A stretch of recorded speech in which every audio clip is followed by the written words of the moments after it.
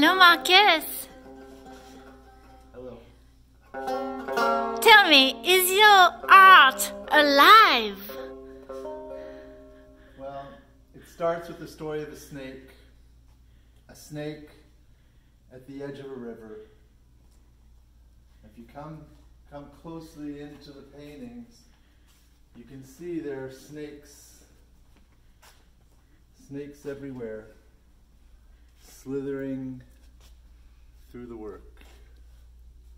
It's like a line trying to make a choice. See, the line decides to go straight and then, all of a sudden, turns. Now think of a snake slithering down the river bank, and it's a beautiful day. We're sitting by the water, and I have to explain to you where to get the good fishing. And so that snake slithers by us. And I don't have language. I don't have symbols. I have never made a map. I've never made a drawing. No way to communicate yet, other than grunting and gestures. And in the simple need to communicate, I scratch into the ground a simple S shape. And I say, at the end of this S shape, which is the river, we can have very good fishing.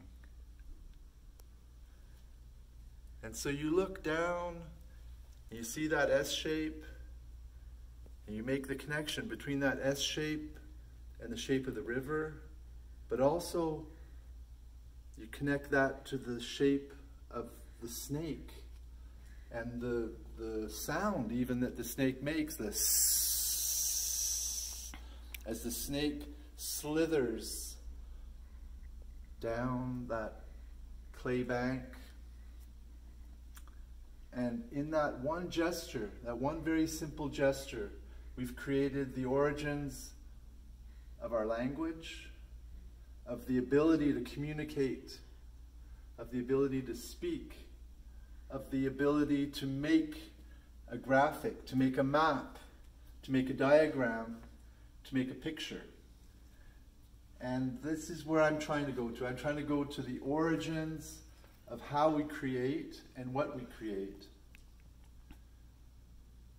And in many ways, this work is about inspiring other people to embark on a creative journey. And more specifically, I'm working with children very often, teaching them how to do art. And sometimes I'm actually taking pieces of their work. Like you see this little drawing here.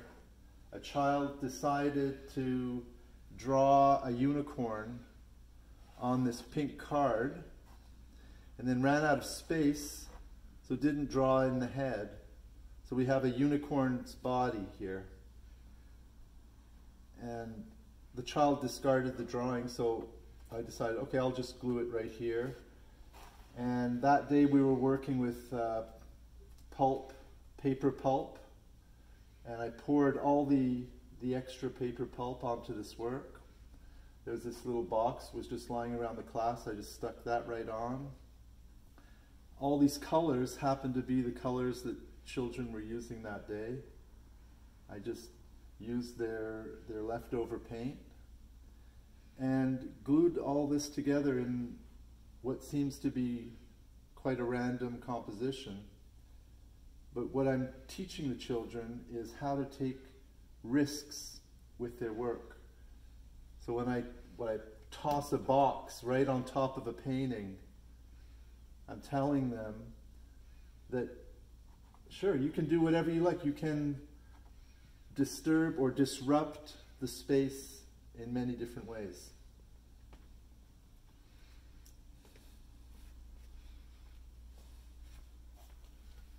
Now, the way I've hung the work, it's meant to encourage a certain way of reading the work. And we can read it horizontally, we can read it vertically. It's almost a kind of a book. And as such, it expresses certain forms of language. These are very, very fundamental notions. Some of them that relate to biology, some relate to philosophy. I'm interested in the notion of the membrane, see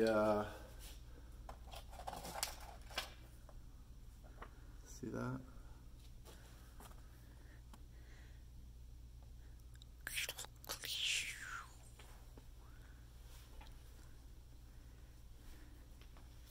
So to me, the line is the edge of the membrane.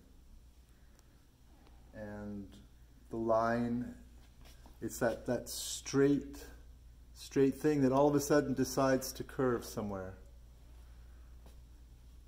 It's the emergence, right? Like we see the shapes emerging out of an egg, out of